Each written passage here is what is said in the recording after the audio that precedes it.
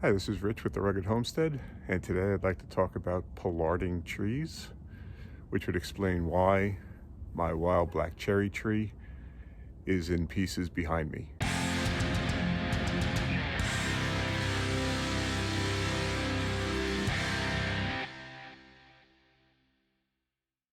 A video I posted last year was about my discovering this tree that I had growing in my backyard was actually a wild black cherry and not some poisonous berry offshoot. And so it might seem surprising that I've cut it down since then. But the problem was the berries were way up in the air, well beyond my reach, unable to get them. So anytime the berries were ripened, either the birds would get a hold of them or they would fall to the ground and make a mess. Last year, they never even made it to the ground. I think the birds just ate them all up. So that was of no benefit to me, and it was also casting a lot of shadow over the ground back here. And it would go into the garden as well. Now I do have a pine tree right next to it, so that's still a problem, and there's no way in hell I'm cutting that thing down. But the cherry tree is actually something that was doable, although it was about 20 feet high or so. So pollarding and coppicing are two very related practices when it comes to the husbandry of trees. Coppicing, you're basically cutting a tree down to the ground, or a couple inches, maybe a foot or two above the ground, and allowing it to regrow from there. There are actually a number of ways to pollard a tree. You can take the tops off, cut off the uppermost branches, reduce the height, so that you have like the last few branches showing, and then they'll grow out from there. The way I'm doing it is slightly different. I'm cutting it at about 3-4 feet high and hoping that the growth will come out from there. Now, if this doesn't work out, I will just cut it to the ground, but I'm hopeful that having cut it while it's dormant, cut it at a decent height, and then come springtime, allow it to grow. I actually want to reduce the tree just a little bit more. It's about 4 or 5 feet high right now, and I want to get it to about 3.5 feet high. And that way, if and when the branches do grow out of that, it'll be just like my regular fruit trees, my other fruit trees. And then I can keep it to a height of about 7 to 8 feet in total, and go from there. So when you cut a tree, you want to make 3 cuts on the tree. You want 1 cut to go in this way. You want to make a 2nd cut at about a 70-degree angle on the to the first, so you're actually taking a wedge out of the tree.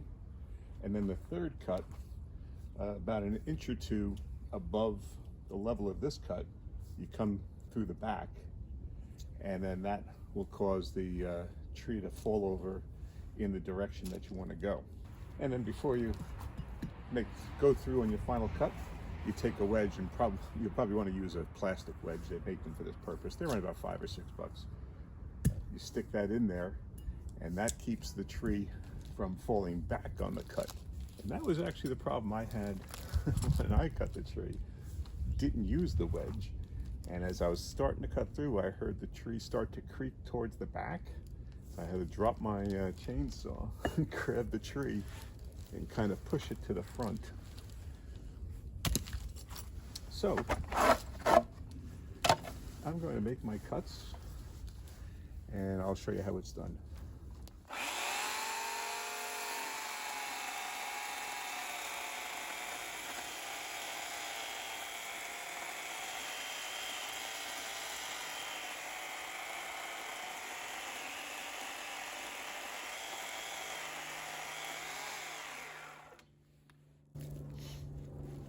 And now, as I said, your next cut will come in here at about a 70-degree angle.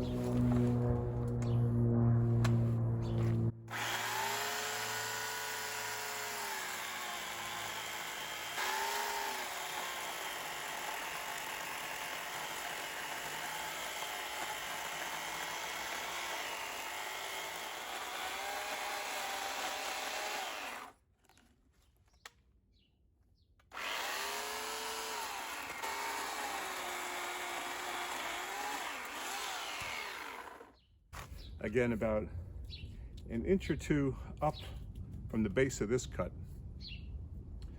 you're going to cut through, and that's your hinge, and then that should cause this to fall through.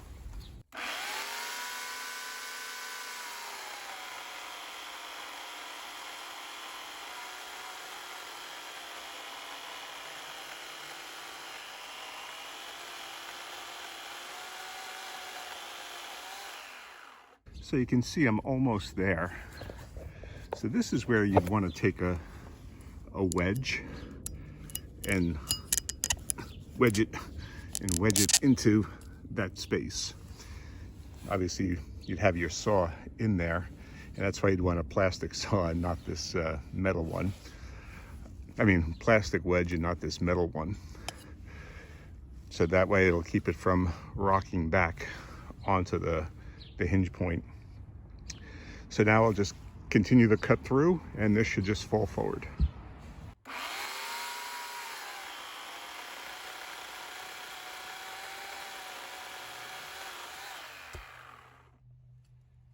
And now I should be able to clean this up.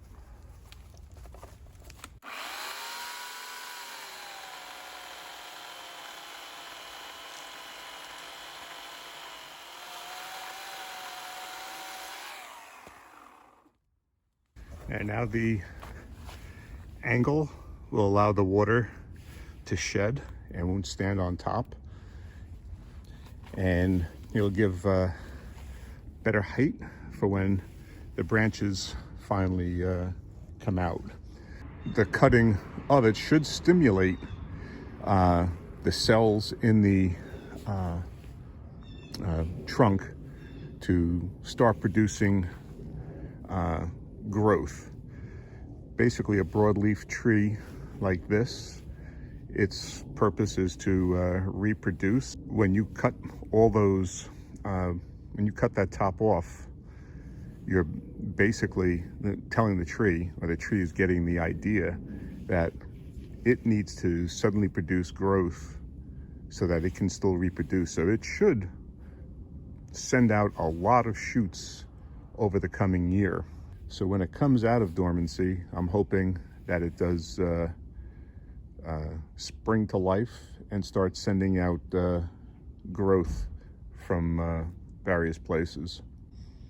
So this would be pollarding the tree. And as I said, if you cut the tree down to about here, maybe up to about here or here, that would be considered coppicing the tree. And then from there, you'd get a lot of growth coming up out of the ground. Same principle as pollarding. The tree is suddenly spurred to try to protect itself and reproduce, so it sends out a lot of new growth. This I'm hoping to create a new, different kind of tree than what was here before. Something that's manageable and within a backyard perspective for an orchard. So hopefully that gives you some insight into the purpose of pollarding a tree, or even coppicing a tree, and what I'm looking forward to achieving with this cherry tree. As I said, it was essentially a wasted spot in my yard. The fruit was wasted, the ground around it was wasted. By pollarding the tree, I'm hopeful I'll actually be able to get production out of it in the future.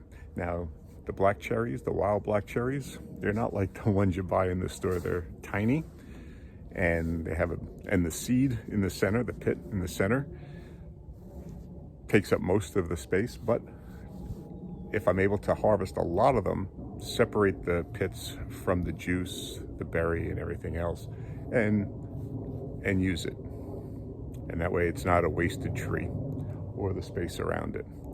So as the year progresses, hopefully I'll be able to update you on some positive developments. All right, thanks for watching.